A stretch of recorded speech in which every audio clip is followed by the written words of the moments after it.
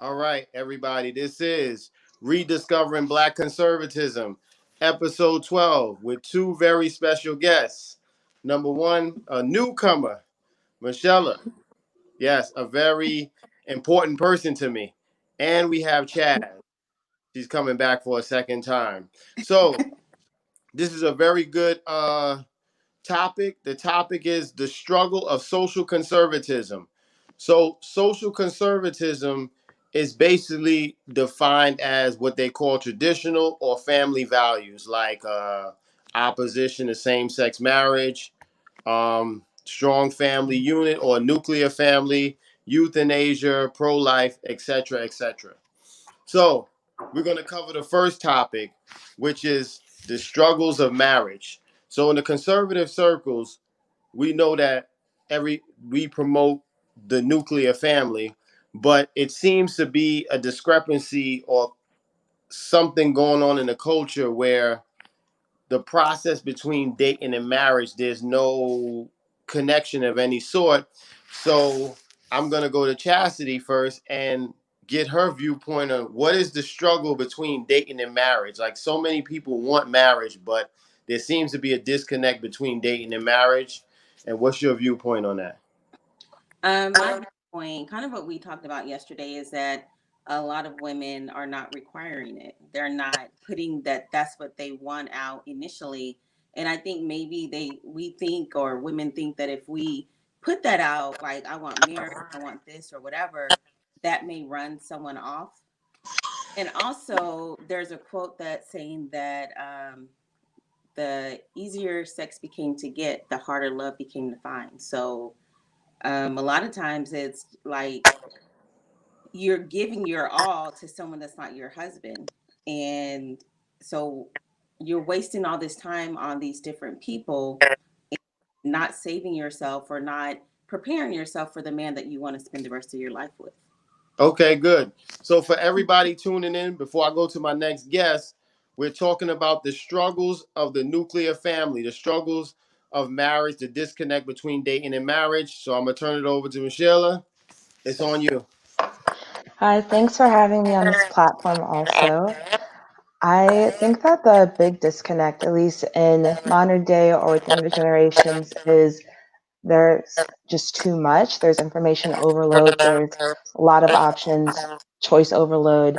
And the way that I see my peers talking is, why would I settle down with one person or decide on one person when I could still have all these other options, all these other opportunities? And if unfortunately that prevents you from actually forming a real bond with someone that you want to ultimately call your spouse. But in the meantime, you're spending all this time either swiping right or swiping left or popping up and doing all these fun, crazy things that is meant just for, used to be reserved just for the young. And now, with all the advances that we've had, there have been no boundaries or caps put on when do you start to transfer into what is too young to do or what is not serious enough to do, because those lines are becoming blurred. Also, I think it may also excuse me, I also think it may be because of other sense of normalcy. Now you see people, whether they are divorcing or they have lost their spouse to a death or some other unforeseeable instance, it's a lot easier to jump back out there. And that makes it normal to have multiple spouses or multiple life partners.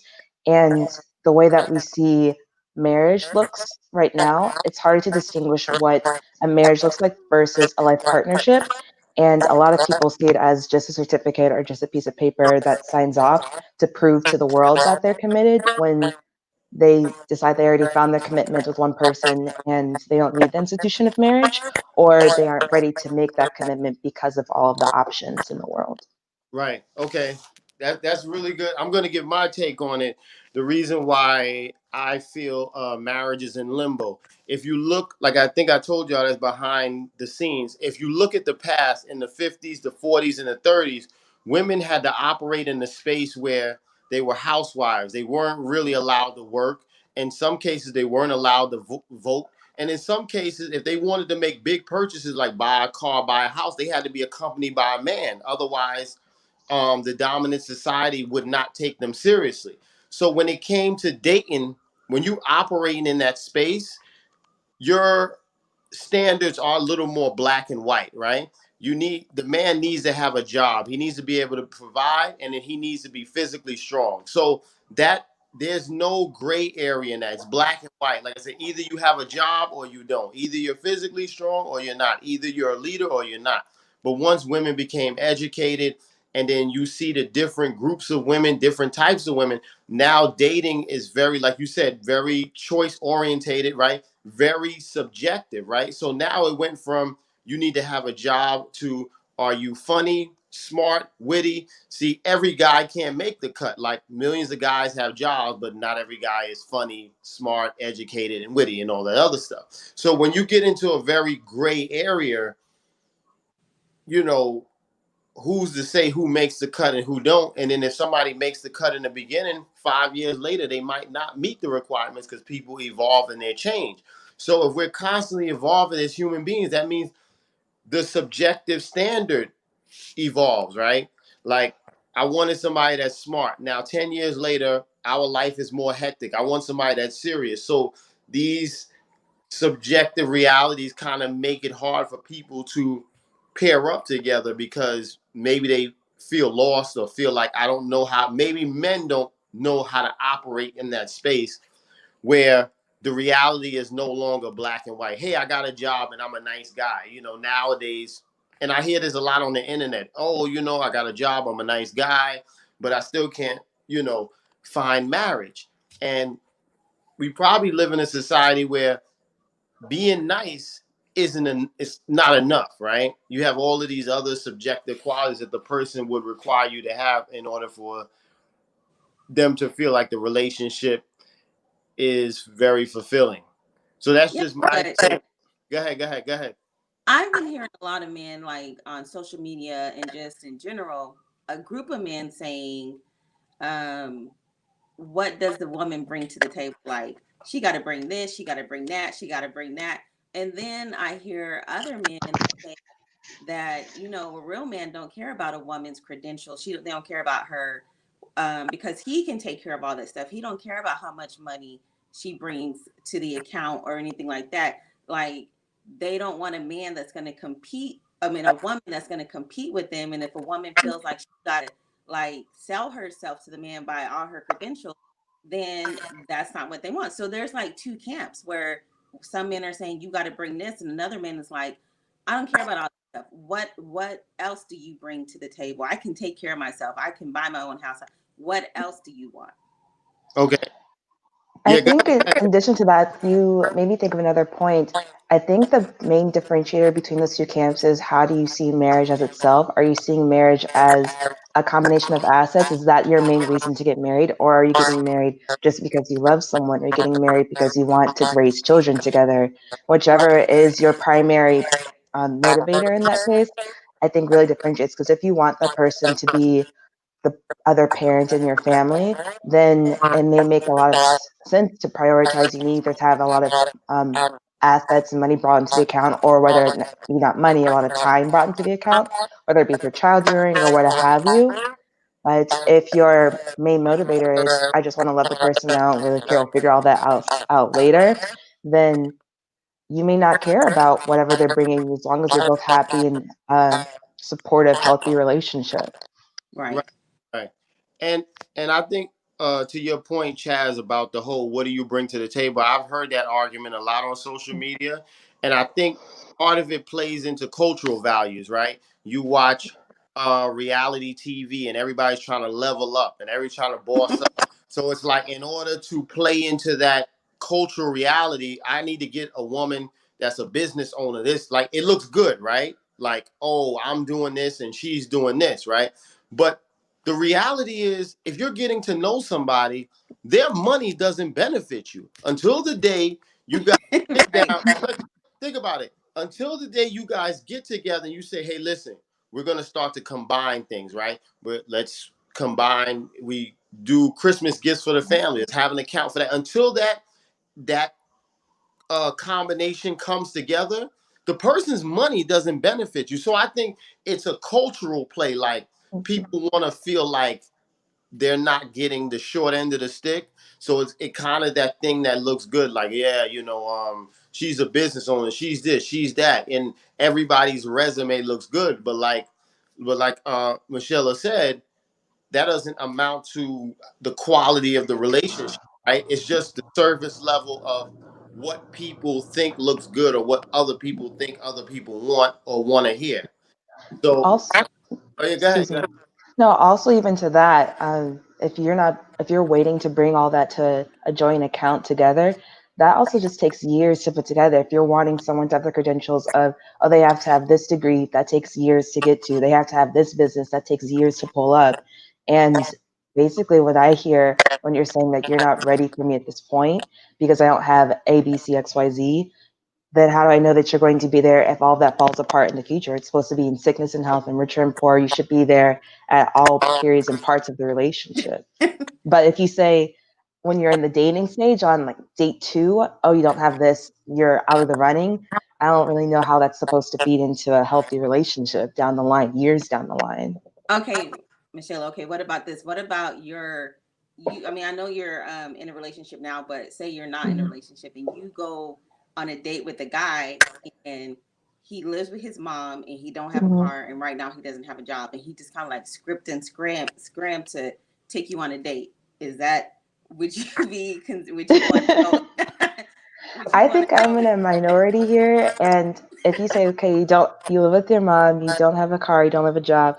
Okay, what are you doing to remedy the situations? And if you have an action plan in place, then I'll be He's a like, rapper. all right, then we're gonna move things real slow, but maybe later down the line. But if you're sitting at home doing nothing and then just benefiting the fruits of somebody else's labor, that's not attractive to me. And I'm not about to waste my energy and my time because I don't see you trying to make any efforts here. So why are you gonna make any effort with me? Right, You have to be doing something. It doesn't have to be Right. the picture, the perfect picture, but you have to be doing something. right.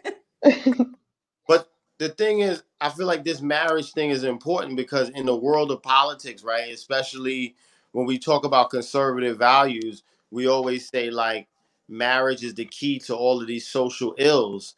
And another part to that, before we get to the next segment, oh yeah, we over 12 minutes. Before we get to the next segment, there is, I feel like, a culturally selfish aspect, right? We're in a society where it's basically about me, right? Me, right? What can you get? How can I benefit? What a case may have you. And then usually in relationships don't survive without a certain amount of sacrifice, right? And the definition of sacrifice is a certain level of inconvenience, right? So you want to get to the part where you have a fulfilling, loving relationship, but that doesn't exist without investment and sacrifice. But those are things that you give that put you in this uncomfortable space. And if people don't want to be uncomfortable, then it's very hard to have a fulfilling relationship because it requires compromise, right?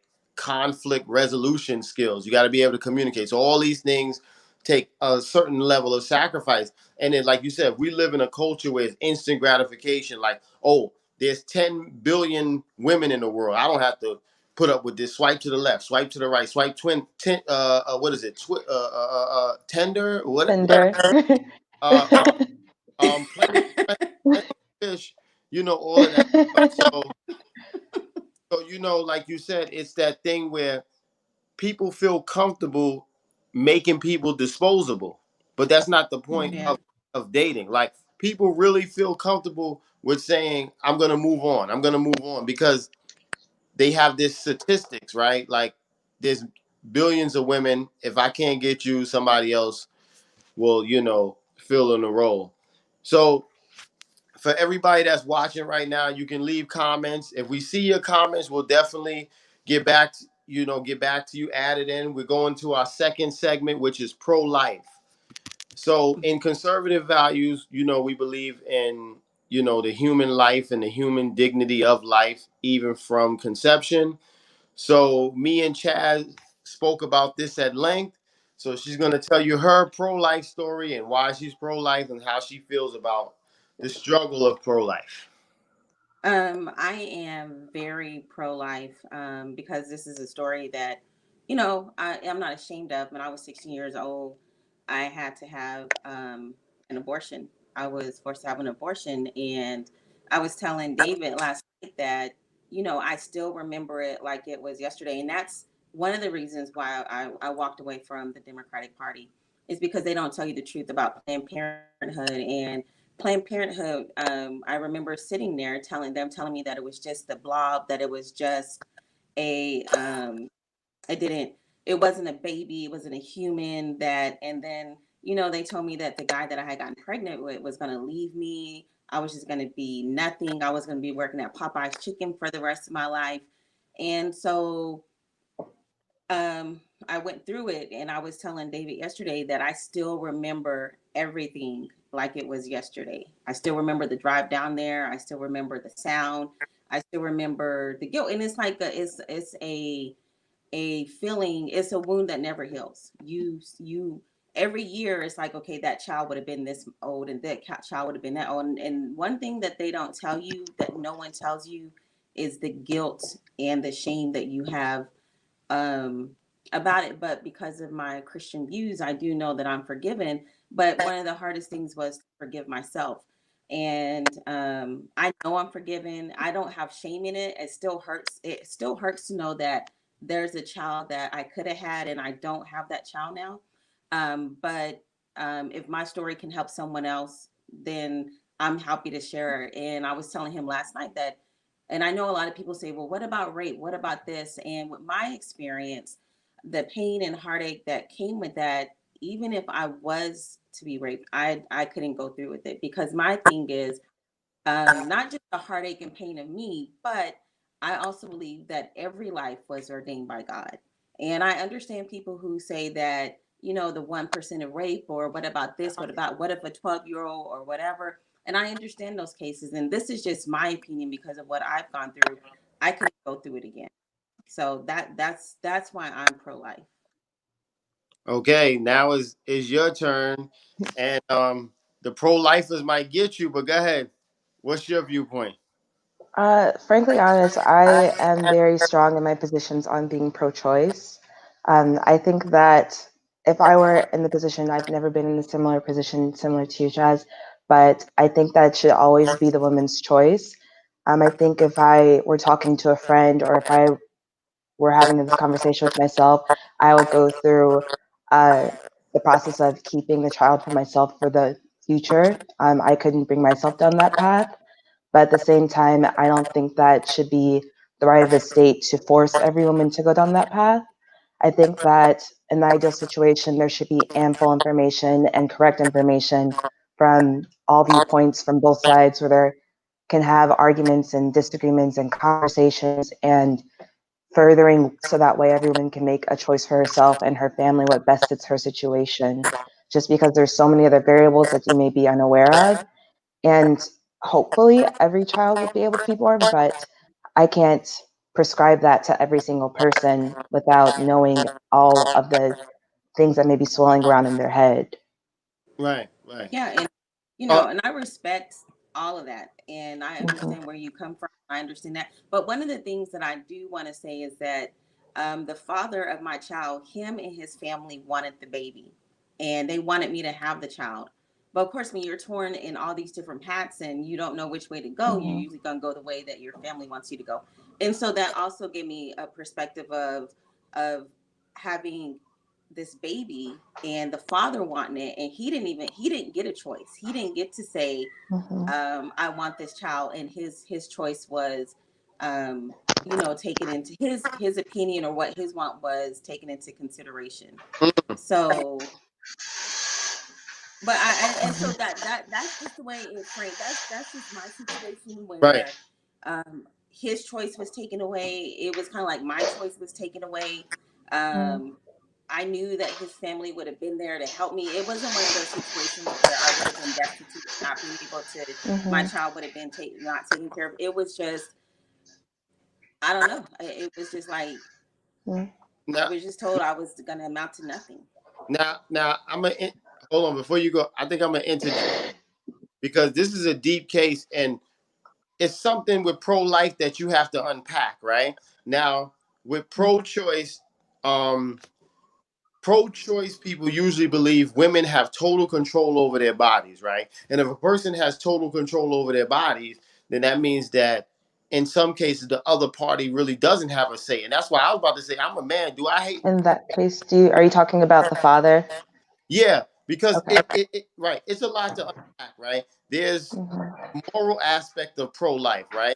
Is it right or wrong? Are you committing murder, right? There's the moral aspect. And then there's also a financial aspect, right? Because if Planned Parenthood, the organization Planned Parenthood was started by Margaret you know, Singer.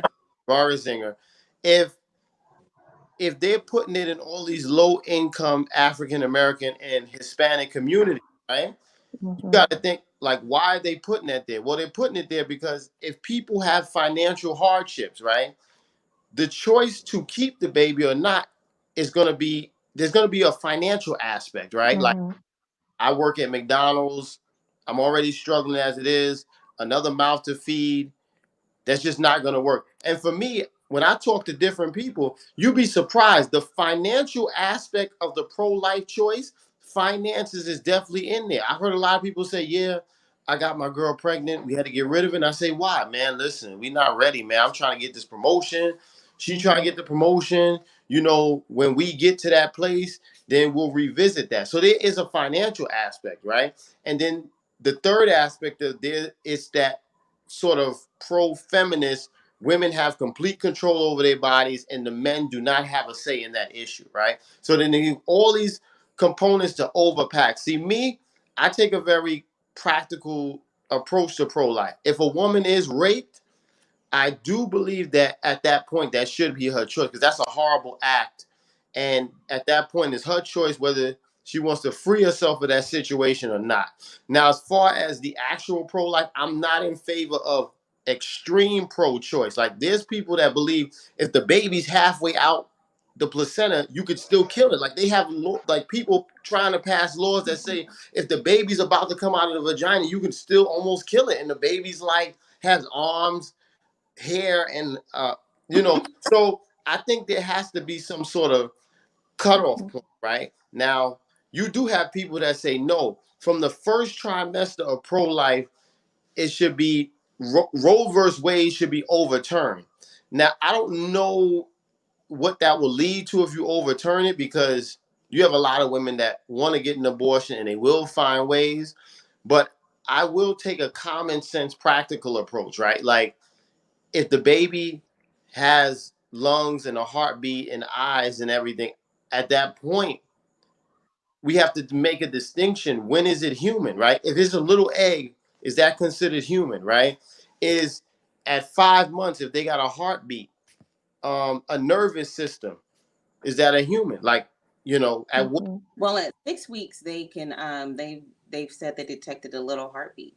So I mean, now with the more and more science and technology comes out, they're learning more and more about how a baby develops, when they can feel pain, when they start developing a heartbeat. But it also, I think, also the pro-life, pro-choice, all of this stuff, it depends on the lens that you're looking through. Like, my lens also doesn't only just come from my experience; it also comes from a biblical view of when life is conceived. So, and the thing that I would tell someone who has had an abortion is that, you don't have to live with that shame. You don't have to live with that guilt. It's not something that it's something that is going to follow you for the rest of your life, but there is redemption in it. And people who are pro-choice, like, I'm not the type of person that's going to be like, you're evil, you're this, you're that. For people who believe either way, I can only go by my experience and what's been gone to me. But I know a lot of people are shamed and to not talking about their story when they also go through depression, because I did. I went through depression about it. I remember sitting there after it happened, crying, saying I killed my baby. And that was one of the most heartbreaking experiences of my life. And so that's what shapes my lenses. But Shayla looks at it differently because she's not experienced it, but she can empathize with someone who may be going through that situation. And you, as a man, you're looking at it like, okay, do I have a choice? So, like you said, it really is a lot to unpack, and it really is a Mm-hmm. lot to debate, and there's whole total different spectrums of this, of the issue of abortion. That's why I think that would be most beneficial if all information was provided at equal rates, at equal paces, and sex education was started on from earlier ages, and that was a mandate across the country because you're not going to prevent people from having sex, and you're not going to prevent people from getting coat hanger or just botched abortions if they want to. I just think that it shouldn't be the state's responsibility to prevent a woman from doing that, because I hear what you're saying from the biblical perspective. I do also share these same opinions in that sense, but I also understand that my perspective is not the same way that all citizens or all residents of America are raised. I know that America is supposed to be a whole pot. I can't prescribe the beliefs that I have in my 20s to somebody who may be coming from a very different background or may not have any opinions about religion.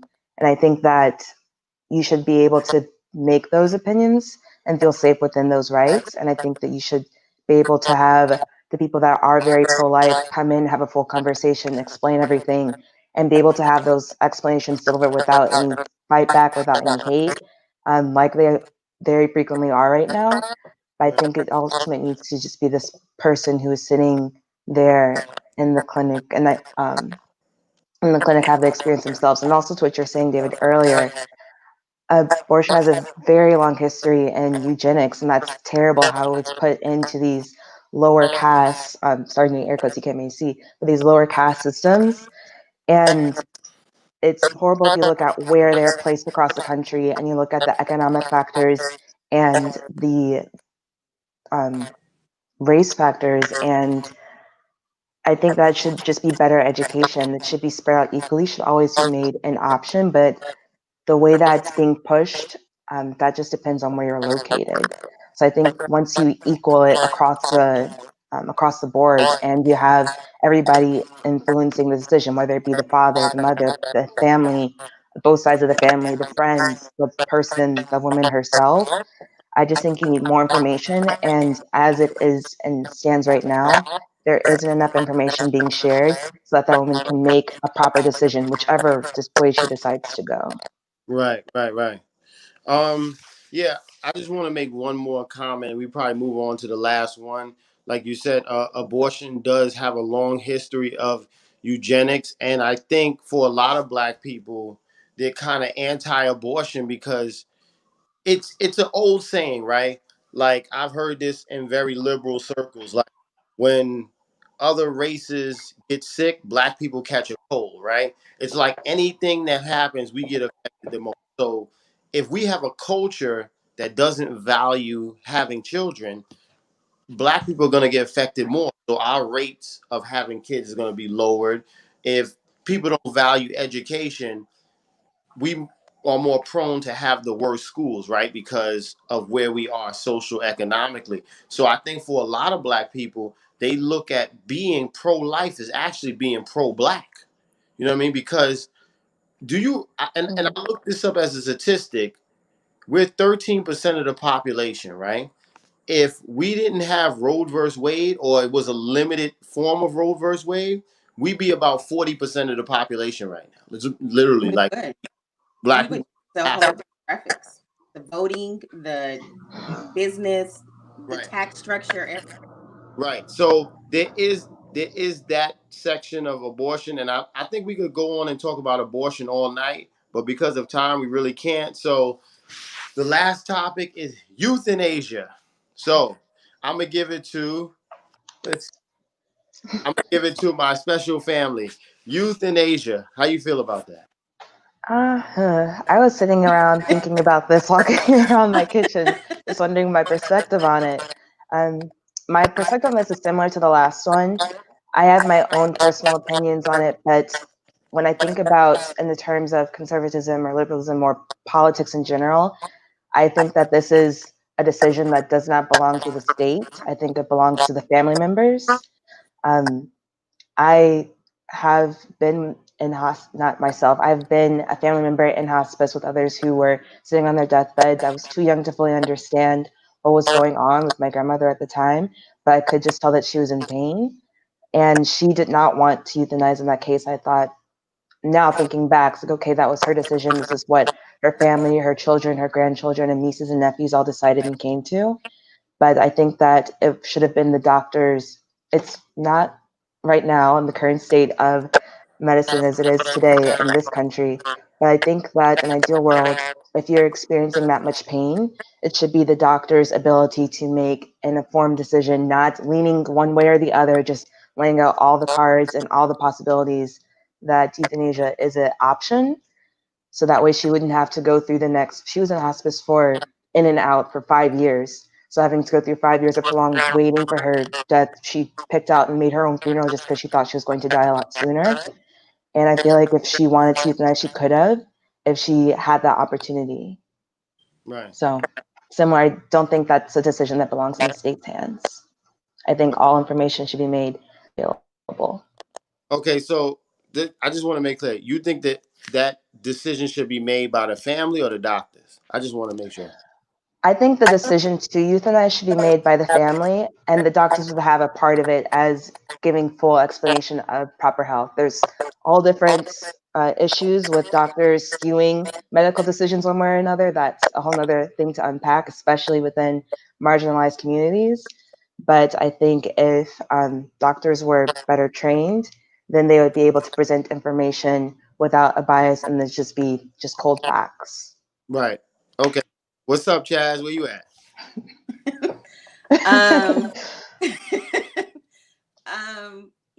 last night we talked about Dr. Kevorkian and the Terry case where she just kind of was euthanized, but it was a painful, slow death for her. And it wasn't her choice or her family's choice. It was her husband's at the time choice because he wanted to go marry someone else or something. But coming from like the viewpoint, I mean, I can come from both viewpoints. From a biblical viewpoint, I think that is on like suicide, kind of suicide yourself. But also on the natural viewpoint, I can understand where, like Michelle was saying, that this person is in so much pain, and they get tired of waking up in pain, and they may want to just go faster. So there's empathy on both sides, and for me, it just kind of steps on the side of suicide, and you know, but I can also understand the other side of it. Right. So, Well, my viewpoint is, you know, kind of the same, as Michelle, kind of the same, is that you have to be careful that you're making the right decision, right? You're making the most, Permanent. because the problem is this: depending on what side of the aisle you're on, anybody can have a very dirty motive, right? Like, say if you say, okay, we're going to leave it in the doctor's hands. But like you said, the problem with that is hospitals are institutions, and sometimes institutions have financial motives. So say if they're running low on money, they might be like, yeah, let's just cut all of them out, right? Let's kill all. You're No, horrible. right, no, right. no, In no, But order to run no, this out, is a decision that they make. It's a business. It's an no, institution, like you said. no. Listen. Even if when we talk about like COVID-19, right? There was a lot of people in those hospitals that really didn't have to die. I'm telling you the truth, because oh, I heard, especially the New York listen, hospital. right, beds were getting full, right? Doctors was overworked. The lines were out the door, right? Sooner or later, somebody at the top made a decision like, if it looks bad, even if, like, put it this way, if it's a 50% chance, we'll lean to the left and tell the family that it's best to pull them off a life support. And these cold-hearted decisions get made in institutions, right? Because an institution is not a feeling, right? It's It's an a number. right. So you have that aspect to unpack. Like, what about the institution's motives? And then you have the family. Now, sometimes the old saying is the road to hell is paved with good intentions, right? Then you have the family. Sometimes the family will say, nah, keep them around. We want to keep hope alive, right? And sometimes the family's motives is selfish too, because you want the person alive for you, and this person Hmm. suffering, right? So in a way, it's like you're hurting them more, right? They're hurting, and they're like this with one arm, and you want to see them at the hospital all the time, and it's like the family's not really thinking about that person. They're thinking about themselves. And if they die, how would they feel instead of the person, right? So it's a lot to unpack. So it has to be, for me, I feel like in order to make that decision, it has to be a mixture of compassion and facts have to come together, right? You can't have too many facts because you end up making a cold-hearted decision. Yeah. It's too much on, I would say, the emotional compassion side. You may not consider the person that's actually laying in front of you, right? So it has to be that decision of, Mm-hmm. okay, how can we alleviate the first? They say the HIPAA law is to save lives, right? First, you want to save a life. So, is there any type of medicine that we can give them, any type of holistic treatment that will alleviate pain so that way we can have enough time to save the person and they won't be in as much pain? If there's some type of super Tylenol that you could give and they'll like won't put them in that position, it's like, okay, if we can do that first, we can do that. And then if the person has because some people have a high tolerance for pain, right? And some people have a very low, short tolerance. I mean, if they get a pinch, they're flying to the roof, right? Mm-hmm. So then how do we manage a person who has high tolerance for pain and a person who has low tolerance? I also have another question that I want to present to layer onto that.